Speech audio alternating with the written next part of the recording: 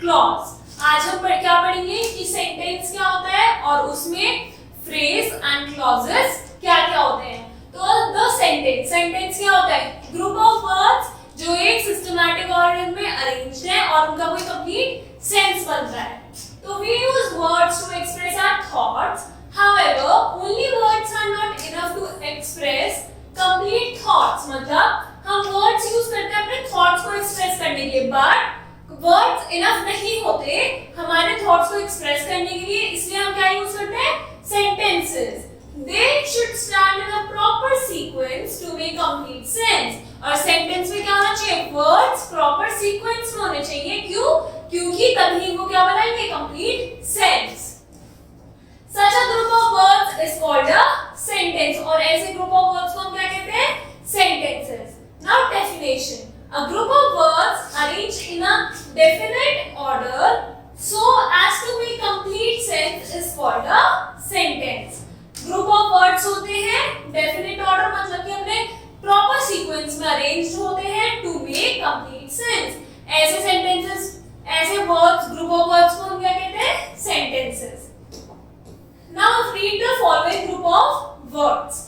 My morning mother to the temple goes every. अब ये क्या है?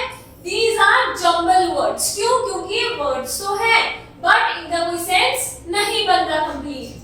अब second is tomorrow, we, not, play, cricket, will. ये भी सेम वर्ड्स है, सिंपल वर्ड्स हैं जिनका इंडिविजुअल मतलब है बट एक साथ जब हो रहे हैं तो इनका कंप्लीट सेंस नहीं आ रहा। The above group of words do not make any sense। कोई सेंस नहीं बनाते। However, if we rewrite them as under my mother goes to the temple every morning। अब अगर हम इसको ऐसे रीराइट करके लिखते हैं तो इसका क्या मतलब बैठ है? क्या कि जो माय मदर, मेरी जो मम्मी है, वो रोज मॉर्निंग में कहाँ जाती है? टेंपल जाती है। तो अगर हम वर्ड्स लिख रहे हैं ऐसे ही तो वो सेंटेंस नहीं कहलाते जब तक वो प्रॉपर ऑर्डर में अरेंज नहीं होते। We will not play cricket tomorrow. हम कल क्रिकेट खेलेंगे नहीं। Now the groups of words make complete sense। जो ग्रुप ऑफ वर्ड्स होता है वो क्या बनाता है? कंप्लीट सेंस बना रहा है इन दोनों सेंटेंसेस में। Therefore they are sentences। Now remember, besides having a definite order, a sentence should have some other characteristics as well। मतलब कि हमें ये तो पता चल गया कि सेंटेंस बनाने के लिए वर्ड्स का प्रॉपर सीक्वेंस होना इंपॉर्टेंट है, बट उसके अलावा भी कुछ कुछ कैरेक्टरिस्टिक्स होती हैं जो इंपॉर्टेंट होती हैं। First is a sentence should begin with a capital letter. Sentence किससे स्टार्ट होना चाहिए? With capital letter. यहाँ पर हम जितने भी प्रॉपर सेंटेंसेस देख रहे हैं सारे किससे स्टार्ट हो रहे हैं? With capital letter. Second, a sentence should end with a proper punctuation mark। Punctuation mark क्या होता है? Full stop, question mark, exclamatory, full stop, mark of interrogation और mark of exclamation। Wherever जो use होना है हम उसको use करेंगे। तो ये क्या था? The sentence। Now the phrase। Phrase क्या होता है? Often we come across some group of words or expressions।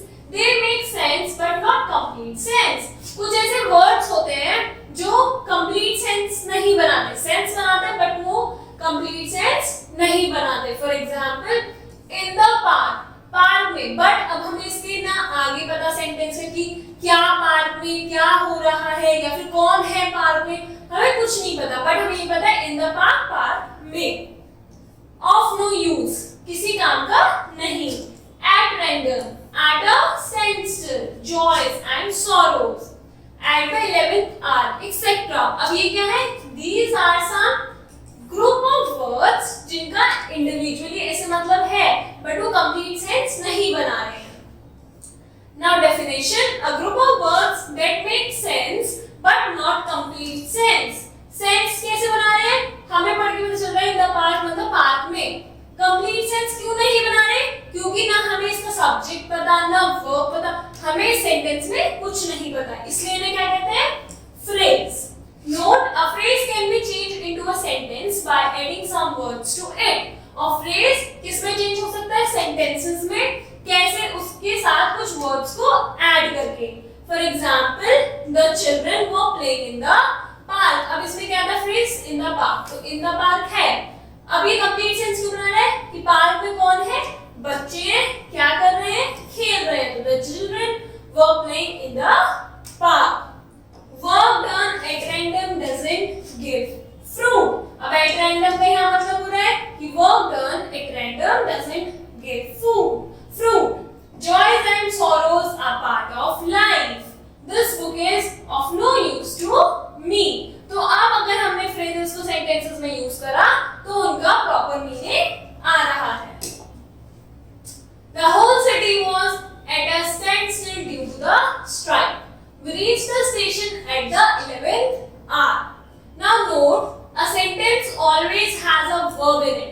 Verb क्या होता है, एक्शन वर्ड। कोई भी कुछ काम हो रहा है, अब वो क्या हो सकता है, अब वो हेल्पिंग वर्ब भी हो सकता है, मतलब इज, आर, एम, वाज, वर, या फिर वो कोई एक्शन वर्ड भी हो सकता है। The verb is the heart of every sentence. Sentence में वर्ब होना is very important. But a phrase does not have a verb, but phrase में वर्ब नहीं होता, तो हम कैसे पहचान सकते हैं, इज इट अ सेंटेंस और अ फ्रेज। फ्रेज में वर्ब नहीं होगा, सेंटेंस में इट इज मोस्ट इंपॉर्टेंट, और जो फ्रेज है वो कंप्लीट सेंस नहीं बनाते, जबकि सेंटेंस पूरे कंप्लीट सेंस बनाते हैं। Next is the clause. Clause क्या होते हैं, examine the group of words in colour in the following. मतलब Hercules was a man of great strength. अब यहाँ पे क्या है, ऑफ ग्रेट स्ट्रेंथ हमारा क्या है, कलर्ड वर्ड है। Hercules was a man who possessed great strength. तो in both these sentences the word in color या italics perform the same function. They describe the noun that is man. किसको describe कर रहे हैं, noun को, that is a man. It is quite easy to recognize the word of great strength as a phrase. Of great strength क्या हो गया हमारा, phrase हो गया। क्यों, क्योंकि हमें पता चल गया ये हो गया हमारा नाउन, नाम है किसी का, man is again the noun, तो इसमें हमारा वो वाज क्या हुआ, हेल्पिंग वर्ब हुआ, तो हमारा इसमें फ्रेज क्या हुआ, of great strength. But how would you define the expression in colour sentence 2, that is who possessed great strength? The expression has a subject who.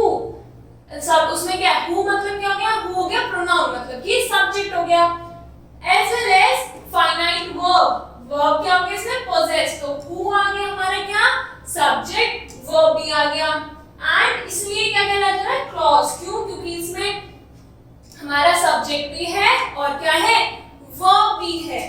तो डेफिनेशन क्या होती है, a clause is a group of words that form a part of a larger sentence and has subject and finite verb of its own. मतलब कि clause क्या होता है, एक बड़े सेंटेंस का छोटा सा पार्ट जो जिसमें खुद अपना सब्जेक्ट होता है, वर्ब होता है, कौन सा वर्ब, फाइनाइट वर्ब होता है।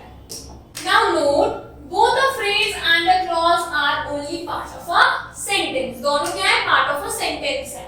By definition a sentence is a group of words that make complete sense. A sentence should always contain one finite verb. So this is how we can distinguish among a clause, phrase and a sentence. मतलब phrase में कोई finite verb नहीं होगा, clause में one finite verb होगा, और sentence में at least one finite verb होगा, कि एक तो होना जरूरी है, एक से ज़्यादा भी हो सकते हैं। Now remember, the number of finite verbs in a sentence decides the number of clauses present in it. मतलब कि अगर एक सेंटेंस में जितने फाइनाइट वर्ब हैं उसी नंबर पे डिपेंड करता है कि एक सेंटेंस में कितने क्लॉजेस हैं। If a sentence has only one finite verb, it is made up of only one clause. एक finite verb है सेंटेंस में तो एक clause से वो बन रहा है। Now note, there is one more distinction which should be understood clearly. क्या है कि a phrase can never stand on its own। मतलब ऑफ ग्रेट स्ट्रेंथ, वो अपना उसका मतलब बैठ नहीं रहा, क्या एक कंप्लीट सेंस नहीं हो रहा उसका, तो फ्रेजेस कभी भी अकेले स्टैंड आउट नहीं कर सकते। अ क्लॉज मे और may not stand on its own. If it does, it means that it is a simple sentence. अगर क्लॉज क्या कर भी सकता है, नहीं भी कर सकता, अगर करता है तो क्या मतलब होता है कि वो एक सिंपल सेंटेंस है। If it does not, it must be a part of longer sentence made up of 2 or more clauses. So हम ये कह सकते हैं कि दो या दो से ज्यादा clauses को मिला के क्या बन सकता है हमारा longer sentence. A sentence can always stand on its own. Sentence का मतलब ये होता है कि वो complete sense बनाएगा. तो ये क्या थे? आज हमने पढ़ा sentence क्या होता है, phrase क्या होता है and clauses क्या होते हैं. Now you have to complete the exercise. Thank you.